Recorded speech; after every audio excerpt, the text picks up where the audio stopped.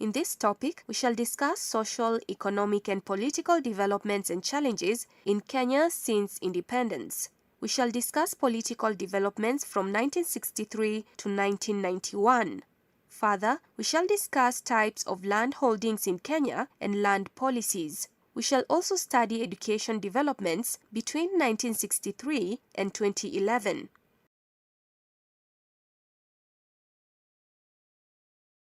In order to understand the political development, we shall listen to an interesting dialogue between a grandfather and a grandson. Grandfather, which European power colonized Britain? Kenya was a colony of the British government.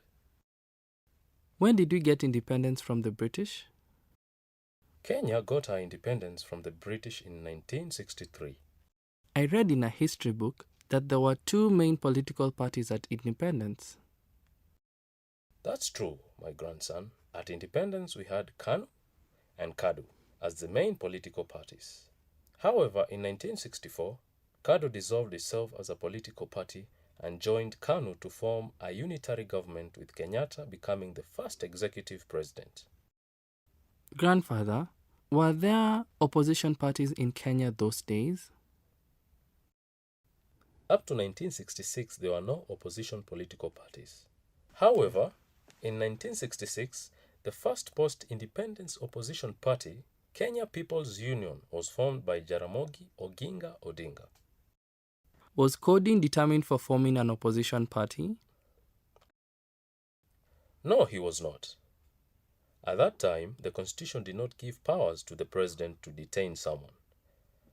However, in the same year, an amendment was done to the constitution, which gave the president powers to detain people without trial in the interest of the state. Grandfather, how long could the president rule? At the time, a president could continue ruling as long as he was re-elected. When did the former president Daniel Arap Moi come to power? In 1978, our founding father of the nation, the first president of Kenya, Mzee Jomo Kenyatta, died. In the same year, Daniel Arap Moi succeeded him as the second president of Kenya. What changes did Moi bring when he took over leadership? Moi began by strengthening KANU party and recruiting new members. In 1979, he banned all tribe organizations and unions. I read in a book that KANU was the only political party in Kenya in 1982. That's true, my grandson. In 1982, Kenya became a one-party state by law and KANU became the only legal political party. Grandfather, were there other constitutional amendments in Kenya? Yes. In 1987, the electoral constituencies were increased from 158 to 188. In the following year, the queuing system of voting was introduced in the general elections. Grandfather, today people vote through the secret ballot system. That's true, my grandson.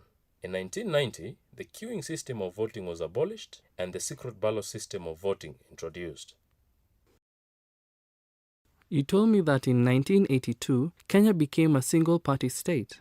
How come today we have many political parties? In 1991, Section 2A of the Constitution, which had made Kenya a single-party state, was repealed, and thus multipartyism was legalized. From the conversation, we have heard that Kenya attained independence from the British in 1963. The main parties at this time were KANU and KADU. However, KADU dissolved itself and joined KANU to form a unitary government under President Jomo Kenyatta as the first executive president. We have also heard that before 1966, there was only one party. The first post-independence party, Kenya People's Union, was formed in 1966 by Jaramogi Oginga Odinga. President Kenyatta ruled Kenya until his death in 1978. Daniel Arap Moi succeeded him in the same year. President Moi strengthened KANU by conducting massive recruitment. In 1979, he banned all tribal organizations and unions. In 1982, Kenya became a one-party state by law with KANU as the sole legal political party. We have also heard that there were other constitutional amendments. In 1987, the electoral constituencies were increased from 158 to 188. In 1988, queuing system of voting was introduced in the general election. In 1990, the queuing system of voting was abolished and secret ballot system introduced. In 1991, Section 2A of the Constitution was repealed and multi-party legalized.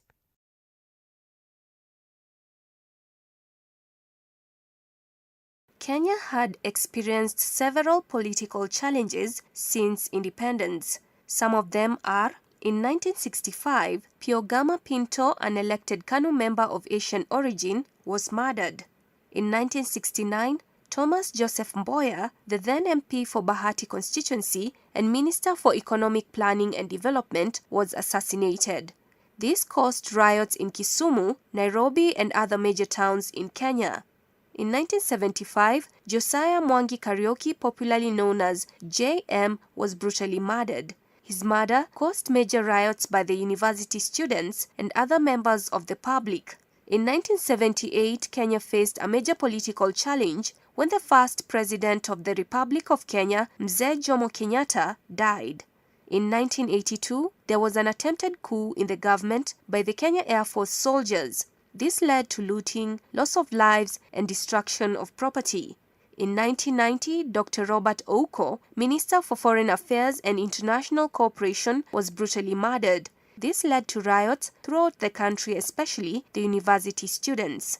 In 1991, some parts of Kenya, mainly in the Rift Valley, Nyanza, Coast, and Western provinces, were hit by ethnic clashes. As a result, many people died and others were displaced. Did you know that the land policy was revised with the promulgation of the new constitution? In this lesson, we will discuss types of land holding in Kenya and land policies. Land in Kenya is held, used, and managed in a manner that is equitable, efficient, productive, and sustainable. Further, all land in Kenya belongs to the people of Kenya collectively as a nation, as communities, and as individuals. Land in Kenya is classified as public, communal, or private.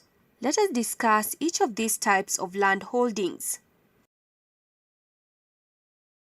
Public land can be defined as government land. It entails the following: land occupied or used by a state organ, land transferred to the state by the way of sale, revision, or by way of surrender, unclaimed land by an individual or a community, all minerals and mineral oils, government forests, game reserves, water catchment areas, national parks, etc., all roads, all rivers, lakes, and other water bodies, any land not classified as private or community, and all public land is managed by a National Land Commission.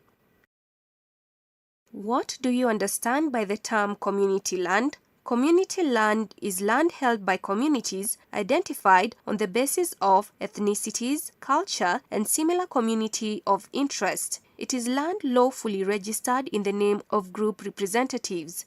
It is land lawfully transferred to a specific community by any process of law. It is land that is lawfully managed or used by specific community as forests, grazing areas, or shrines. What do you understand by the term private land? Private land is registered land held by any person under any freehold tenure, land held by any person under lease of tenure, land declared private under an Act of Parliament.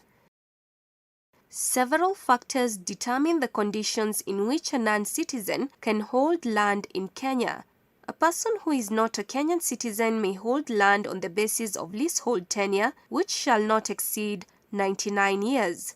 A body corporate shall be regarded as a citizen only if the body corporate is wholly owned by one or more citizens. Property held in trust shall be regarded as being held by a citizen only if all the beneficial interest of the trust is held by persons who are citizens.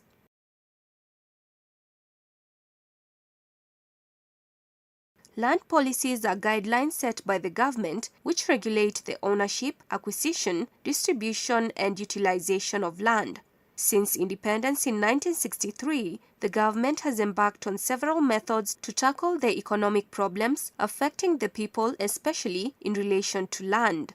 One of these methods was through development of lands policies. Examples of these policies are in settlement and resettlement, land consolidation, agricultural development cooperation, diversification of agriculture, irrigation schemes, conservation of the environment, and mechanization.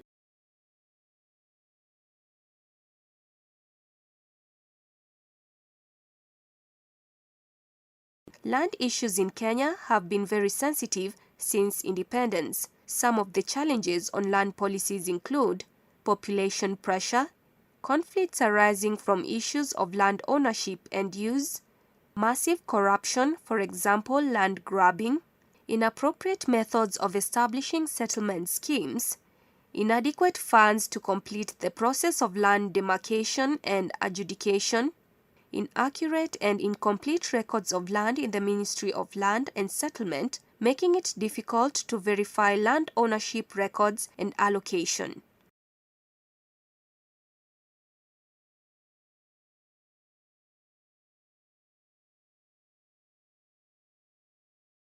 There have been several changes that have taken place in the education sector since independence. In this lesson, we shall address those that took place between 1963 and 2011. Several education developments have taken place since independence. Some of them are as follows. From 1963, racial schools were abolished and the government started supplementing missionary schools with teachers. Kenya Institute of Education was established in 1964 to conduct research and prepare the curriculum for pre-primary to secondary school. 1967, Teacher Service Commission was created to manage the teaching profession. The government has established various education commissions over time to make changes in education system to make it relevant to the changing times. These include Ominde, 1964, Gashavi, 1976, Mackay, 1981, Kamunge, 1988, Koech, 2002. National exams were administered by East African Examination Council until 1977 when NEC was formed to replace EAEC after the collapse of East African Community. Names of national examinations have changed over the years as follows. In primary up to 1966, students sat for CAPE. In 1967, CAPE was replaced with CPE at Standard 7. In 1985, CPE was replaced with KCPE at Standard 8. In secondary schools, up to 1966, Cambridge Overseas Secondary Certificate was awarded to Form 4. 1967, the Cambridge Overseas School Certificate was replaced with EACE up to 1977 when it became KCE. Currently, this exam is KCSE 844 since 1989. KJSE was introduced in 1970 at Form 2 in Harambee schools. It has been abolished together with KASE at Form 6 after the introduction of the 844 system. Free primary education was introduced in 1974, which failed on the way. After NAC government took over, free primary education was implemented, which was extended to secondary in 2006.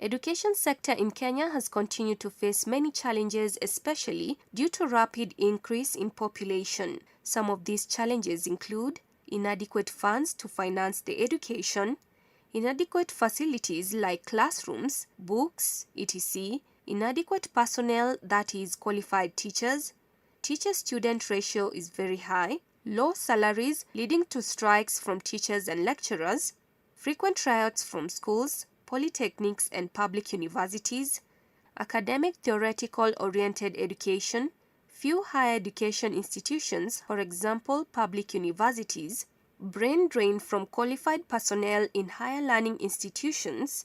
Due to high poverty levels and early pregnancies, many children are dropping out of schools, mismanagement of learning institutions and embezzlement of funds, and gender inequality.